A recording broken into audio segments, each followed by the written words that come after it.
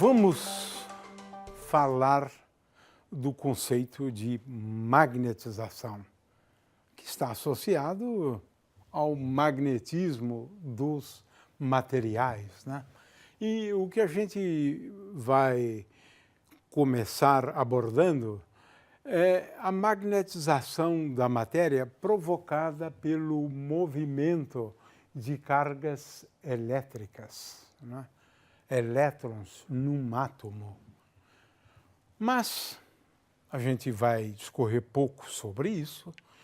Pode ocorrer a magnetização por conta, né, da soma de spins. Ou seja, eu tenho aqui distintas formas de gerar campos magnéticos, né? Se eu tenho movimento de cargas elétricas, isso a gente sabe que o mero movimento em linha reta, por exemplo, gera um campo magnético, né? É a lei de Ampère, né? Mas a gente vai ver também que esse movimento também gera magnetização de um determinado material, né?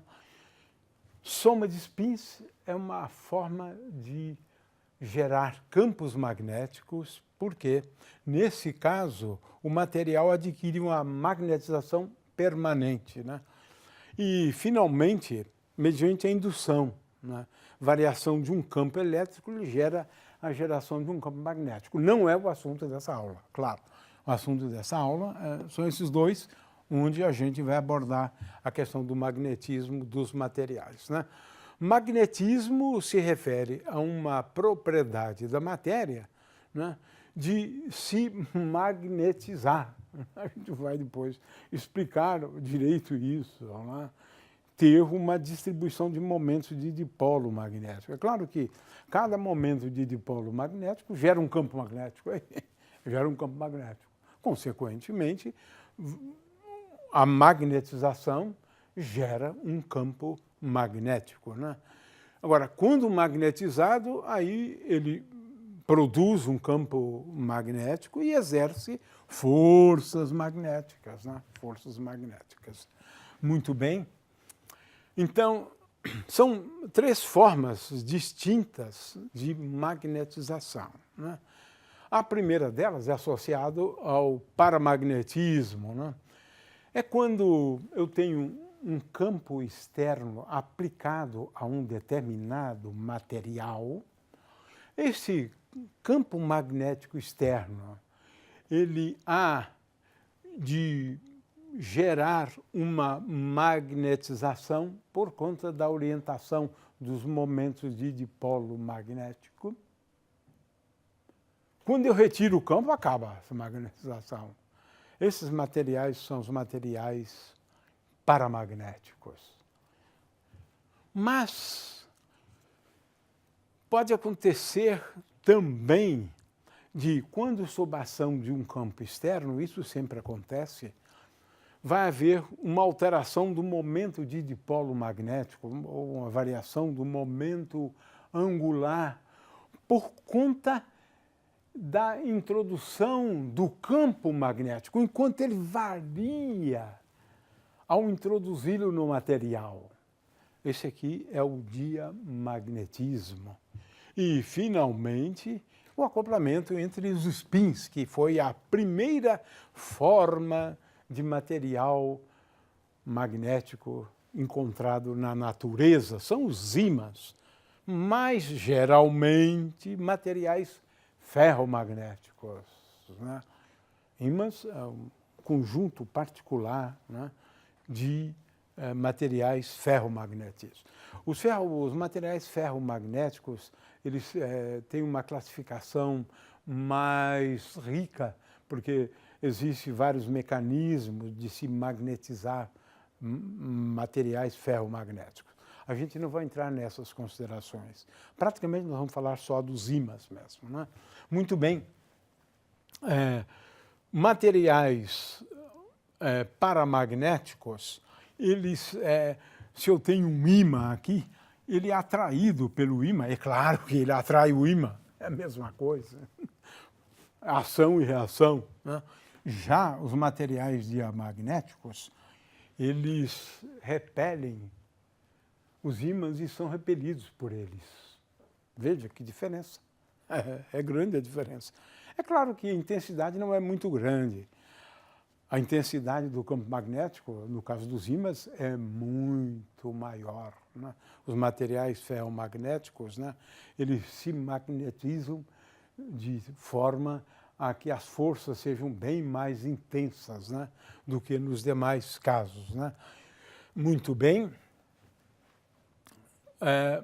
Os materiais exibem o magnetismo por uma razão bem simples, né?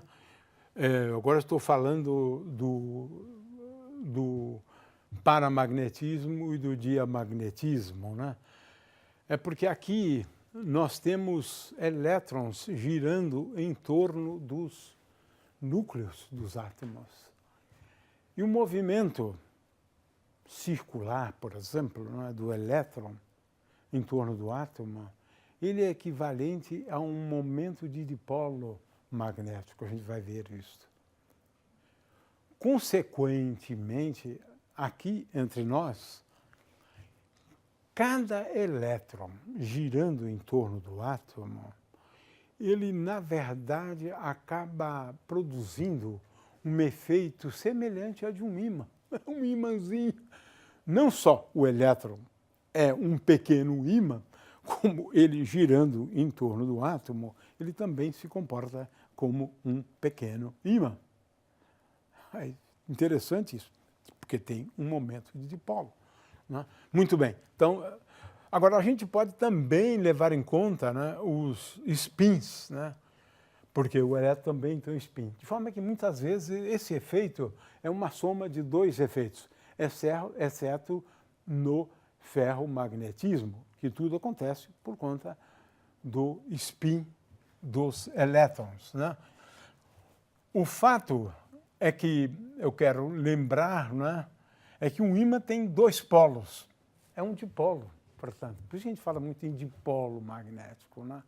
Mas se eu tenho um momento de dipolo magnético, esse objeto vai se comportar como um ímã, com dois polos, na verdade, né?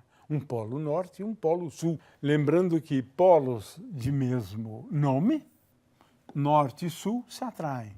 De nomes iguais, norte e norte se repelem. Sul e sul se repelem. Essa é uma propriedade importante dos ímãs, né? Olha só, o elétron é um pequeno ímã. Ele gera um campo magnético com essa forma, a forma de um ímã, com um polo norte e um polo sul. O elétron é um ímãzinho muito pequenininho, a intensidade muito pequena. O que importa aqui, na verdade, é a intensidade, porque não é o tamanho, né? A intensidade. De intensidade muito baixa. Mas, veja, muitos deles podem gerar um efeito fantástico. Esse é o caso dos ímãs, né? O fato é que a gente vai falar daqui a pouco desse conceito de momento de dipolo magnético, mas um ímã tendo spin, aliás, toda partícula dotada de spin, ela tem um momento de dipolo magnético, né? Aliás, diga-se de passagem, que até mesmo o nêutron, apesar de não ter carga elétrica, ele tem um momento de dipolo magnético, né? O próton tem um momento de dipolo magnético, o elétron, que é dado pela carga, aqui no caso a carga do elétron, o próton é a carga do próton aqui, que é menos a carga do elétrico, e a massa, no caso do elétron, é a massa do elétron, no caso do próton, não, é a massa do próton. Uma partícula dotada de spin é um ímã. Um ímã diminuto, mas é um ímã. Se comporta como um ímã. Tem um momento de dipolo magnético, dois polos, como é o caso que eu mencionei antes, de um ímã. Momento de dipolo de uma distribuição de correntes em geral. Poderia mostrar isto numa expansão multipolar para o potencial vetor, e a gente conclui que o momento de dipolo de uma distribuição de correntes, né, se estas correntes se localizam, por exemplo, se a corrente considera aqui um ponto R, linha, né, do espaço, e eu tenho numa determinada região, eu tenho J, de forma que o valor de J depende de R'. A integral sobre o volume, esse volume todo aqui, né, a integral de volume de R' vetor J de R' dV, essa integral de volume, define essa grandeza física que é o momento de dipolo magnético de uma distribuição de correntes. Olha, essa distribuição de correntes pode ser uma corrente numa espira, por exemplo. Numa corrente numa espira. Uma corrente I na espira, né? Numa espira. E a gente vai ver que o momento de dipolo em módulo é igual a I, a corrente vezes a área da espira, né? Então, veja, tem aqui um problema de calcular momento de dipolo de uma distribuição de densidades de correntes, ou de uma densidade de corrente, né? Claro que se eu tenho um fio, a coisa é mais simples. O momento de dipolo é igual a I sobre 2, né? É a integral de R' vetor dl. Também se pode mostrar, né, que o potencial vetor, quando eu tenho um momento de dipolo magnético, é dado por esta forma aqui, μ0 sobre 4π, veja, μ0 sobre 4π, e agora aqui eu tenho μ vetor R dividido por R ao cubo. Olha só a semelhança com o momento de dipolo elétrico, o potencial produzido por um momento de dipolo elétrico. Nós já estudamos isso. A situação aqui é análoga àquela. Então, um momento de dipolo magnético que é importante quando eu estou considerando em pontos muito longe de uma distribuição de correntes, né, ou de densidades de correntes, né, em pontos muito longe, o potencial vetor é dado por essa expressão, onde μ é dado por essa expressão aqui acima, né? O fato é que, se eu conheço as correntes, né, eu posso determinar o potencial vetor. Fica como exercício, né, mostrar, né, que se eu tenho aqui, isso é um exercício que a gente está propondo para vocês, né, calcular o momento de dipolo magnético de uma espira percorrida por uma corrente I, e ela tem uma área A. Olha só, μ é igual a I vezes A, vezes K. K é um versor perpendicular, na verdade isso aqui é K, um versor perpendicular, né, a essa superfície, né, que, na verdade, é uma superfície tal que o caminho percorrido pela corrente delimita essa superfície. Então, aqui está uma expressão que eu vou utilizar logo em seguida, né, para o potencial vetor, né? Ora, dado o potencial vetor sob aquela forma, o campo B se calcula assim, como μ0 sobre 4π rotacional do que está aqui dentro. E feitas as contas, a gente chega a uma expressão que não é muito complicada, mas eu tenho aqui 1 sobre R à quinta, R, μ escalar R, menos R2, μ. Isso, então, me dá uma expressão para o campo B, para as linhas de campo. E aqui eu represento, né, as linhas de campo, de um campo magnético, né, percorridos, veja, é do tipo dipolo. Olha só a analogia com o caso de duas cargas elétricas, né? Aqui eu tenho uma corrente I, por exemplo, e agora aqui eu tenho as linhas de campo do campo magnético, Campo magnético de um dipolo magnético, Muito bem. Átomos, claro, exibem um momento de dipolo magnético, às vezes não, mas tendem a exibir. O fato é que cada elétron, na verdade, contribui para um momento de dipolo total de um átomo, porque o átomo tem vários elétrons. Cada elétron, por outro lado, tem um momento de dipolo magnético. Eles podem se cancelar. Por exemplo, se eu tenho uma camada inteira preenchida, tenho elétron com spin para cima, elétron com spin para baixo, e eventualmente o momento de dipolo pode cancelar. Agora, se eu tenho, por exemplo, um elétron numa camada, não há como cancelar o momento de dipolo desse elétron da última camada. Mas cada elétronzinho em movimento, ele gera um ímã, ele se comporta como um ímã, produz um campo magnético como um ímã. Um elétron girando, e pode ser até mesmo numa órbita circular, que em geral é o que a gente faz, uma órbita circular. Muito bem, então, é uma continha simples. Como é que é a ideia da corrente? A corrente é igual à carga do elétron vezes a frequência. A corrente é Q por unidade de tempo. Mas esse 1 sobre T aqui é a frequência. Olha aqui. F igual a 1 sobre T. Então, que eu posso também expressar como 1 V sobre 2 vezes π vezes R. Mi é igual a I vezes A área é igual a π vezes R ao quadrado, considerando o caso, aqui eu tenho um elétron girando em torno de um núcleo, e isso, na verdade, é o equivalente a uma espirazinha. O elétron girando, ele é uma espirazinha, a frequência é muito grande, na verdade, então é uma pequena espira. E o Mi agora é dado por essa expressão, que eu posso, na verdade, escrever desse jeito. É fantástico agora. Esse é o resultado. Veja, vamos lá.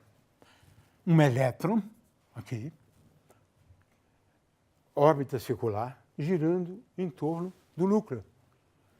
Pelo fato de girar, isso aqui corresponde a uma correntezinha elétrica.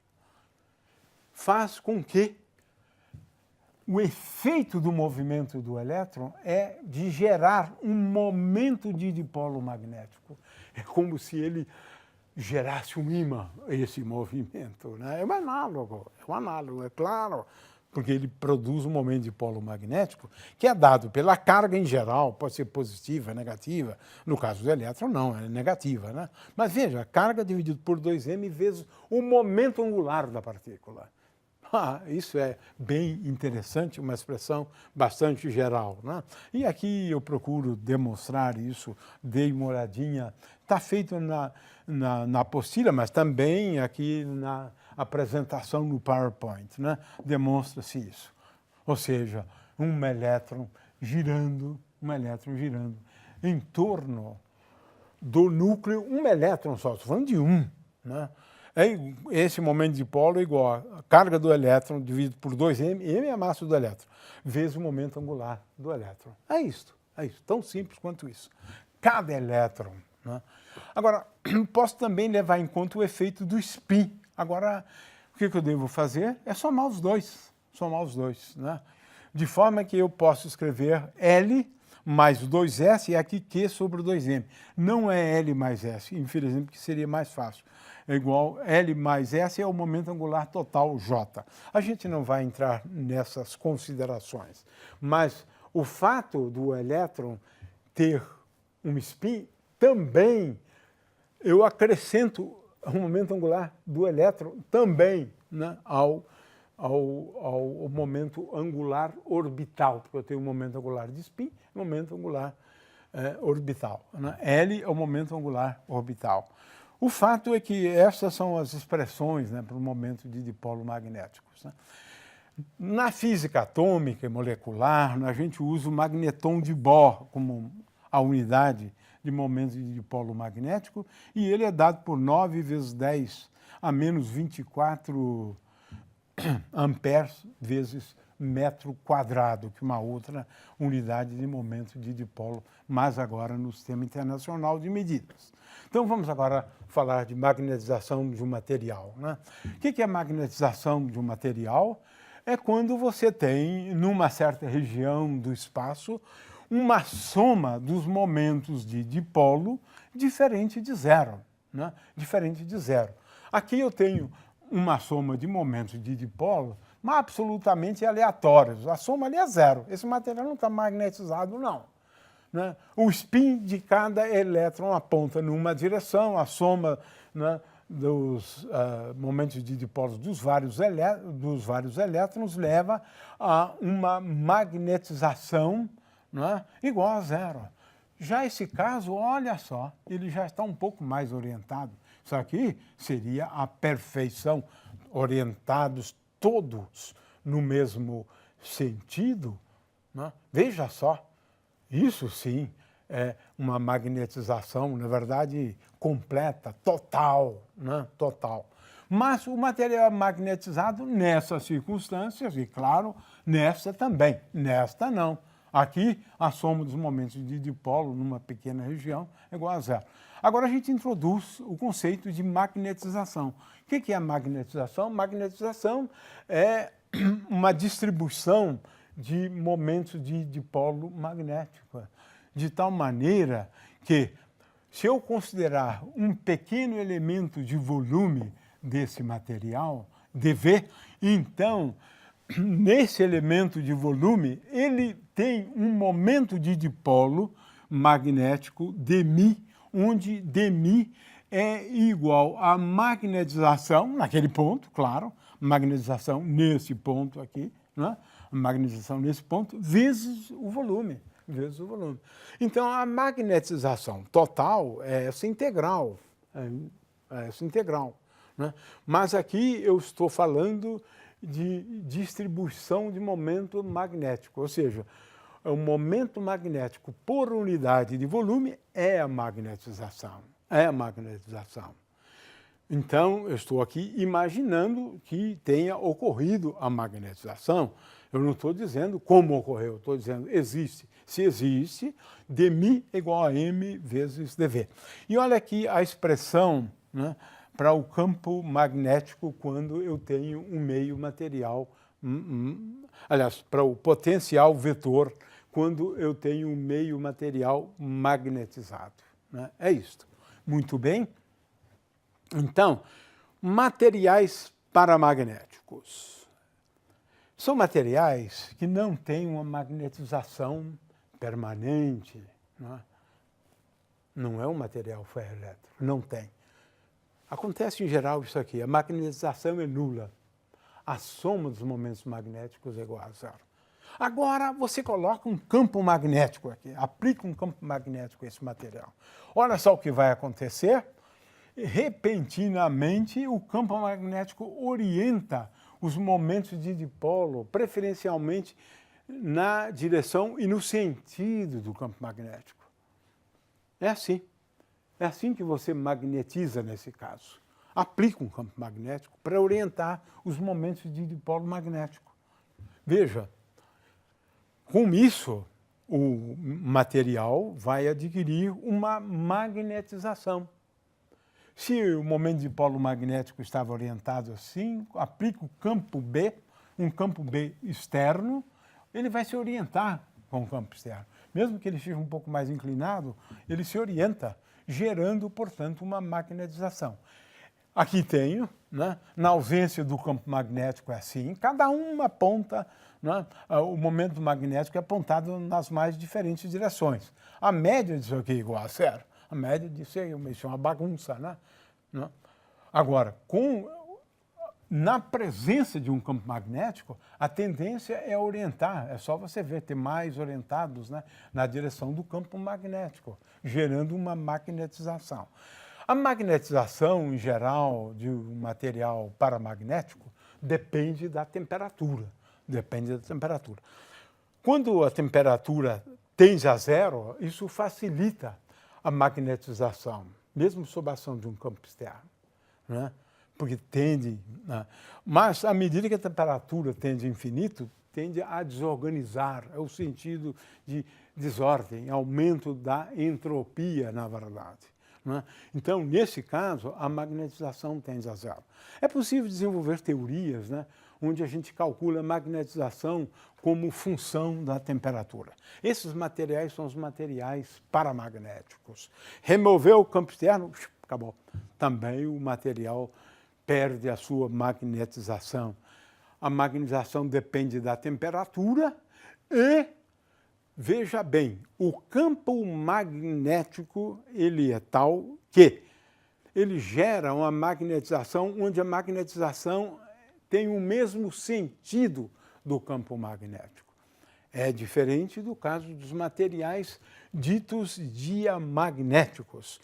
No caso dos materiais diamagnéticos, se o campo está nessa direção e nesse sentido, a tendência da magnetização é no sentido oposto, É por isso que ela se comporta do jeito oposto aos materiais anteriores. Porque agora nós estamos falando de polo norte se aproximando de polo norte, né? Então, se repele. Então, é diferente, é um tipo de magnetismo que é diferente.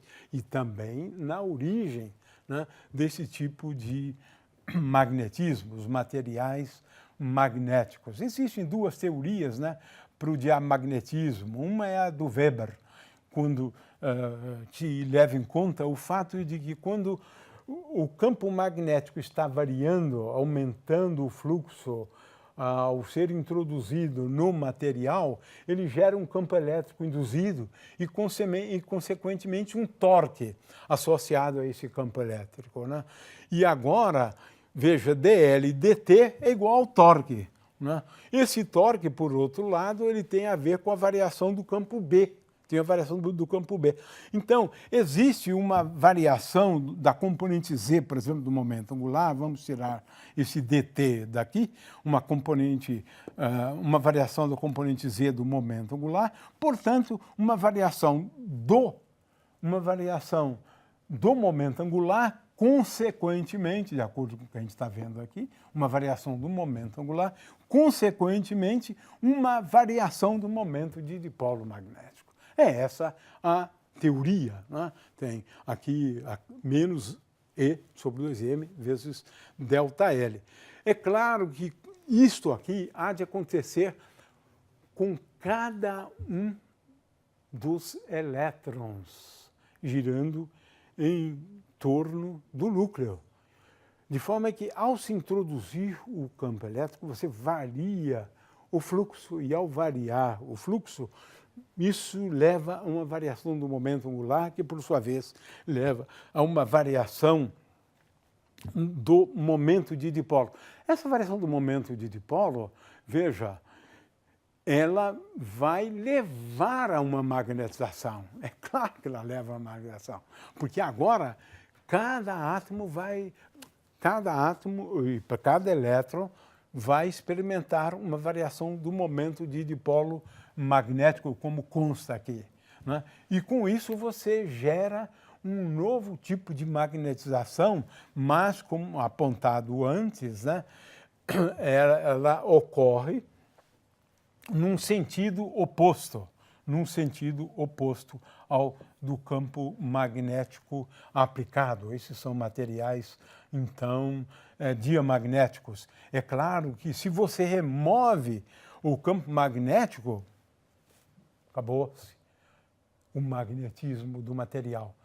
Esses materiais paramagnéticos e diamagnéticos, eles reagem a campos magnéticos externos, gerando momentos de dipolos magnéticos dos elétrons, né? Ou variando o momento de dipolo dos elétrons. Né? Veja, são dois mecanismos distintos. Muitas vezes, um se superpõe ao outro. Né? Então, um material paramagnético, mas ele experimentou um pouco do diamagnetismo também, porque eles podem ocorrer concomitantemente. Né? O fato é que esses materiais, eles, na verdade, existe uma série de diferenças, né, em relação aos paramagnéticos, mas a principal é esta, é que eles repelem, né, os ímãs, né, e os ímãs são repelidos por eles, né. Muito bem. Finalmente, o ferromagnetismo. Agora não, agora estamos falando de um assunto difícil, agora é coisa difícil, né? Por que cargas d'água, um elétron que tem um momento de dipolo, por conta do spin dele, né? Porque os elétrons conseguem fazer isso. Isso é um milagre da natureza, difícil de explicar, porque a tendência é deles se repelirem. Então, a tendência seria, na verdade, ter um com spin para cima e outro com spin para baixo. Spin para cima e outro spin para baixo, né? Para cima e para baixo, né? Porque agora, veja, polo norte com polo sul se atraem. Aqui, não. Aqui haveria repulsão, né? Então, que tipo de força é essa? Só a mecânica quântica para explicar isso. Aliás, Feynman chama a atenção para o fato de que magnetismo é um fenômeno puramente quântico. O ferromagnetismo é puramente quântico, na realidade, puramente quântico. Que tipo de força leva a fazer isto, alinhar ímãs, norte com norte, norte com norte, norte com norte, sul com sul? Isso é muito difícil. Você não consegue. Na prática, não. Se fosse depender da física clássica, nunca haveria ferromagnetismo, porque essa é uma impossibilidade concreta. Alinhamento de spins. Mas olha só, os ímãs descobertos cerca de 600 anos antes de Cristo é a primeira manifestação dos spins. Claro, os ímãs, todos, decorrem do alinhamento dos spins. Todos os materiais magnéticos, ferromagnéticos, especialmente os spins, né? Existe uma temperatura, conhecida como temperatura de Curie, onde se eu tenho um material que exibe uma magnetização, material ferromagnético agora, existe uma temperatura acima da qual a magnetização é igual a zero, né?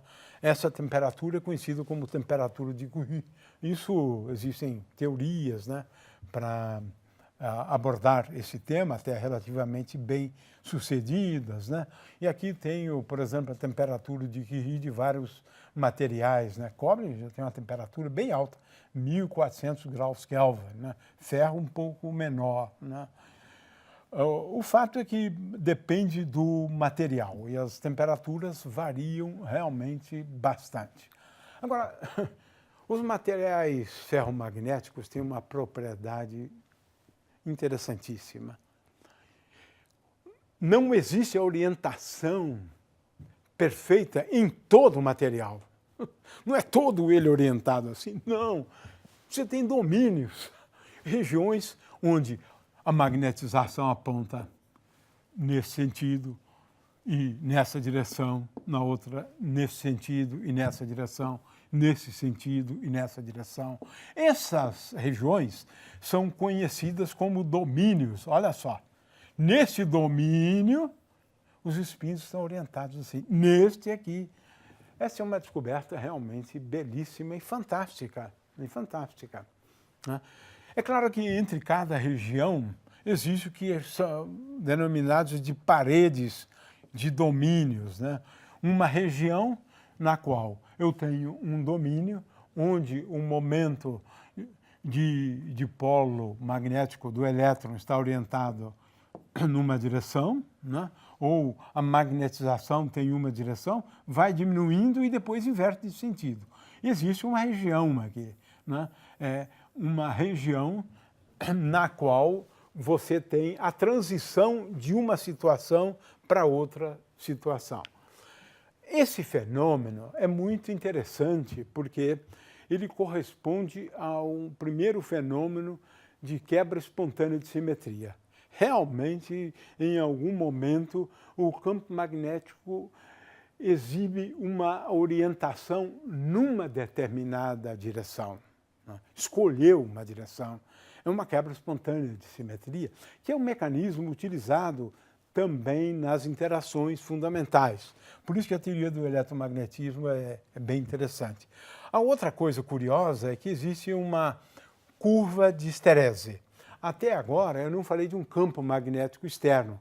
Ele exibe a magnetização independentemente de um campo externo. Os materiais, os ímãs, têm um momento de dipolo permanente. Não é como os materiais diamagnéticos e os materiais paramagnéticos, onde se você retira o campo, acabou a magnetização. Aqui não, é em caráter permanente. Mas olha só uma coisa curiosa, se você aplicar um campo externo, e se o campo magnético, por exemplo, originalmente for igual a zero, então, à medida que você aumenta esse campo externo, olha só o que acontece. Tem uma curva, aí você reduz o campo magnético, ele segue esta curva, depois você inverte, começa a reduzir o campo magnético e exibe esta curva aqui, né?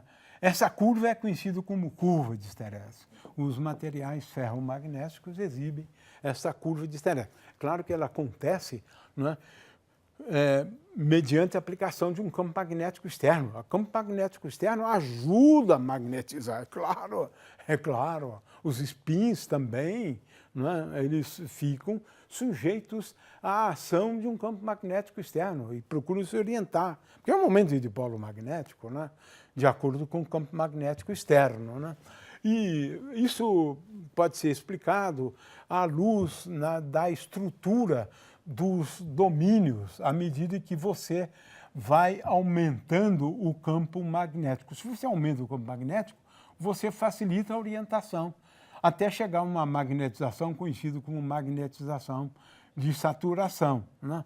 Quando você reduz o campo magnético, você agora gera novos domínios, né, onde os campos, onde a magnetização aponta em direções diferentes, em sentidos diferentes, né, até chegar no caso extremo, onde o campo magnético conseguiu orientar todos os domínios numa direção e num sentido só.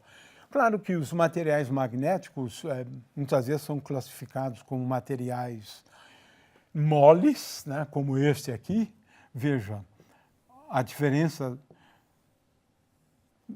das curvas, né, de esterese, né, mais estreita, e os materiais duros, mais largos, né? E você tem também materiais intermediários, né, utilizados para armazenamento magnéticos. Então, as propriedades dos materiais ferromagnéticos são muito úteis hoje, né, e exibem realmente propriedades muito interessantes. Quero dizer que a teoria do ferromagnetismo é muito complicada, muito complicada. Teoria quântica, onde a gente precisa conhecer detalhes sobre funções de ondas, né? Então, isso claramente é para um curso bem superior. A ideia aqui é apresentar um pouco da fenomenologia do magnetismo dos materiais.